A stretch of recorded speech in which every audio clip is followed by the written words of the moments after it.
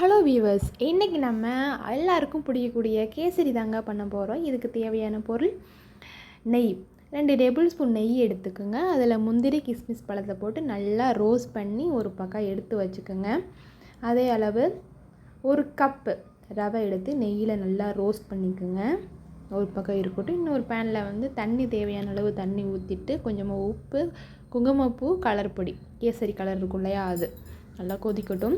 இந்த கொதிக்கிற தண்ணியை கேசரியில் இந்த ரவையில் எடுத்து ஆட் பண்ணிக்கோங்க. நல்லா கெட்டியாக வரும். நல்லா மிக்ஸ் பண்ணிக்கிட்டே வாங்க. ஒரு 2 நிமிஷம் மூடி போட்டுருங்க.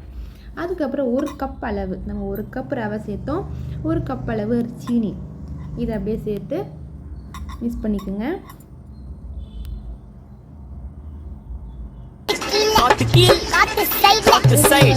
முந்திரி, திராட்சை, ஏலக்காய் பொடி, எல்லாத்தையும் சேர்த்துட்டு சூப்பரான அதே டெக்ஸ்சரில் இருக்கும். இதே மாதிரி ஃபாலோ பண்ணுங்கள். இந்த மெத்தடை ஃபாலோ பண்ணுங்கள். இதே மாதிரி உங்களுக்கு கேசரி நீங்கள் வீட்லேயும் பண்ணலாம். தேங்க்யூ. பாய்.